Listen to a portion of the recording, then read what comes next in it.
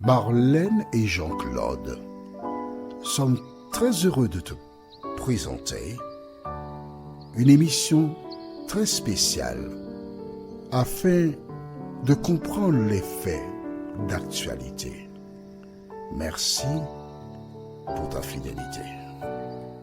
Merci une fois de plus de nous recevoir à ton domicile afin qu'ensemble nous puissions continuer ce magnifique moment au pied de l'Éternel des armées.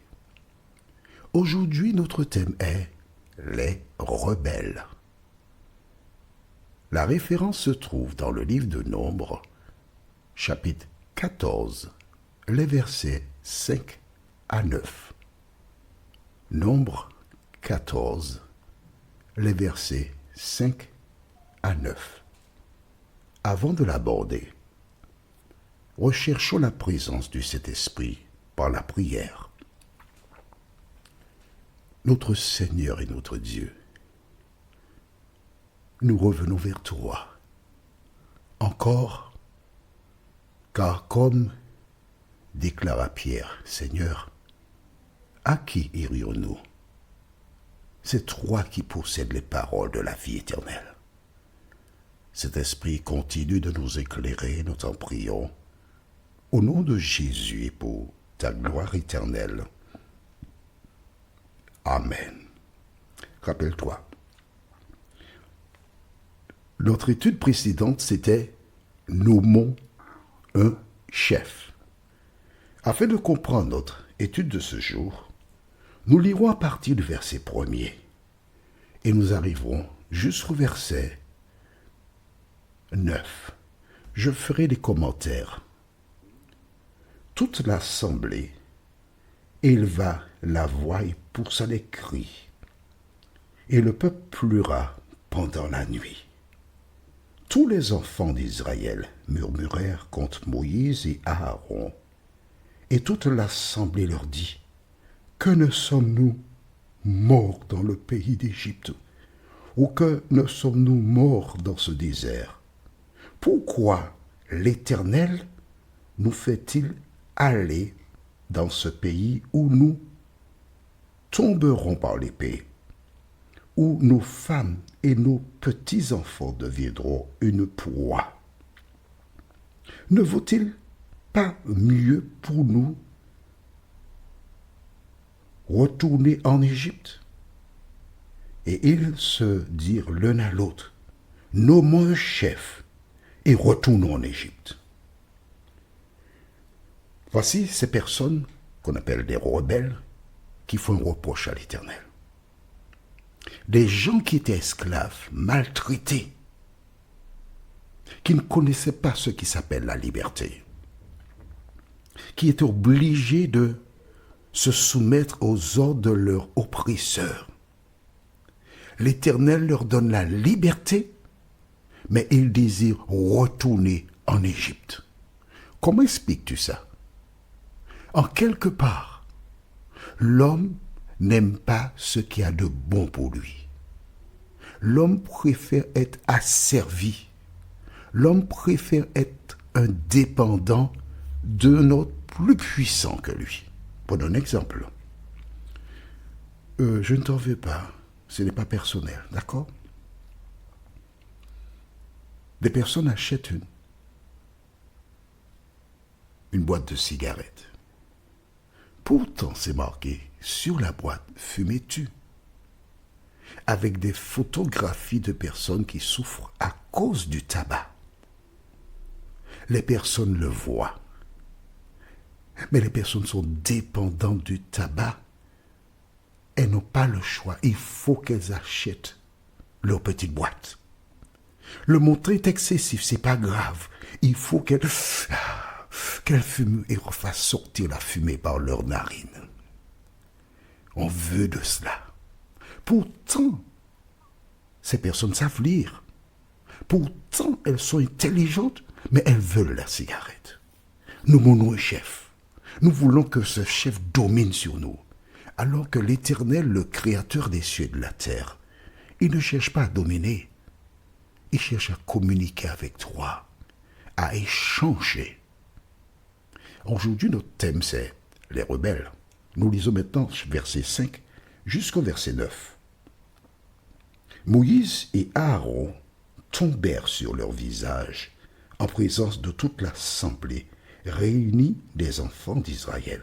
Et, parmi ceux qui avaient exploré le pays, Josué, fils de Nun, et Caleb, fils de Jéphuné, déchirèrent le vêtement et parlèrent ainsi à toute l'assemblée des enfants d'Israël. Avant de lire la suite,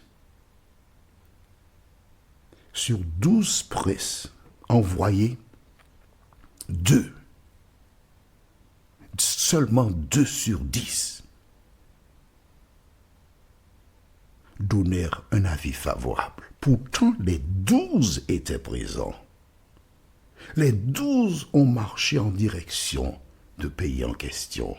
Les 12 ont probablement interprété des chants, ont prié, ont mangé certains fruits dans le pays et reviennent. 10 sont opposés au projet, seulement 2. Comment comprendre cela? Écoute-moi attentivement, s'il te plaît. Fais un effort. Rappelle-toi, lorsque Dieu visita Noé, sur l'ensemble de la population, seulement cet homme, son épouse, leurs 3 fils et épouses, soit un total de 8 personnes entrèrent dans l'arche. Tout le reste, tous ils furent perdus. À tort, des gens s'imaginent que la majorité marche selon la parole de Dieu. Plus tard, la qualité de vie à Sodome et Gomorrhe étant opposée à celle que Dieu prône, il envoya 2 anges. Et sur toute une population, seulement 3 personnes sortirent indemnes. 3 personnes furent sauvées sur toute la ville. Mon ami, qu'est-ce que cela nous indique encore? Que la majorité ne marche pas avec Dieu. Je t'invite à réfléchir et à analyser sur 12 princes. Ce ne sont pas 12 personnes triées sous le volet, non. Des personnes qui, entre guillemets, règnent sur chaque tribu, censées faire justice, connaître la vérité. Sur 12 d'entre eux, seulement 2. Lorsqu'ils entendent dire les propos des uns et des autres, nommons un chef, ce qui veut dire, sont ceux qui sont là. Et retournant en Égypte, ils déchirèrent leurs vêtements. Cela représente un signe de deuil. Ils ont déchiré leurs vêtements. Et ils vont prendre la parole. Aujourd'hui, lorsque des meneurs présentent des plans, des projets qui sont contraires à la parole de Dieu, et tu fais partie de la minorité, que fais-tu? Oh, beaucoup préfèrent moi, pas moi, je n'ai rien à dire. Hein. Les gens connaissent, je ne dirai rien pour ne pas avoir de problème, je vais me taire. Est-ce que tu te tais? Ou bien est-ce que tu cherches à te terrer, T-E-2-R-E? Tu te terres avec le S derrière ou pas? Josué et Caleb, devant cette multitude qui se grondait, ils n'ont pas eu peur de se positionner pour ces hommes, Moïse et Aaron, que le diable cherchait à détruire. Ils ont pris la défense. Ils ont donné leur position. Toi aussi, tu dois donner ta position. Tu es dans une entreprise. Tu vois qu'on fait des injustices à quelqu'un. La majorité est déterminée à faire licencier un innocent. Que fais-tu? Moi, je vais assurer mon gagne-pain. Je n'ai rien à dire. Je vais prier seulement pour la personne. C'est ce que tu fais? C'est ce que tu fais? Est-ce que c'est ce que la Bible t'inculque à travers ce que nous lisons aujourd'hui? Vois-tu, nous ne sommes pas là pour prêcher l'évangile, mais pour enseigner l'évangile. Il y a une grande différence. Et dans le cahier, il te faut prendre des notes et la décision de t'élever pour la vérité. Alors que dire de ces hommes? Nous retournons dans le livre de toujours Nombre 14 et nous lisons à partir du verset, en fait la suite, puisque nous étions dans le verset 7. Le pays que nous avons parcouru pour l'explorer est un pays très bon, excellent. Si l'Éternel nous est favorable, il nous mènera dans ce pays et nous le donnera. C'est un pays où coule le lait et le miel. Seulement, ne soyez point rebelles contre l'Éternel et ne craignez point les gens de ce pays, car ils nous serviront de pâture. Ils n'ont plus d'ombrage pour les couvrir. L'Éternel est avec nous, ne les craignez point. Amen. L'Éternel est avec nous, ne les craignez point. Tu travailles quelque part, tu fais ce qui est juste, on te cherche des problèmes, n'aie pas peur, l'Éternel est avec toi. Tu es dans une communauté, tu dis la vérité en respectant les règles de politesse et d'éducation, l'Éternel est avec toi. Tu es dans un foyer et tu as un époux qui te cherche des querelles, l'Éternel est avec toi. Et quand ces deux hommes parlent ainsi, ils savent de quoi il en ressort. Rappelle-toi, devant la mer Rouge, quelques mois peut-être avant, ils n'avaient pas de solution, mais l'Éternel était avec eux.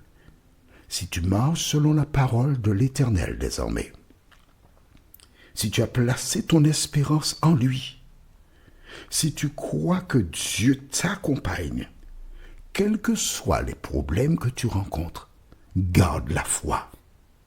Quelles que soient les souffrances, garde la foi. Quelles que soient les tribulations, garde la foi. Quels que soient les mépris, garde la foi. Quelles que soient les injures, garde la foi. Garde la foi, garde la foi, parce que l'Éternel est avec toi. Que penses-tu? Le thème que nous verrons prochainement, c'est la lapidation. Nous aurons un seul verset, Nombre 14, verset 10. Mais forcément, nous reviendrons sur le verset 9 que nous avons vu en ce moment. La lapidation.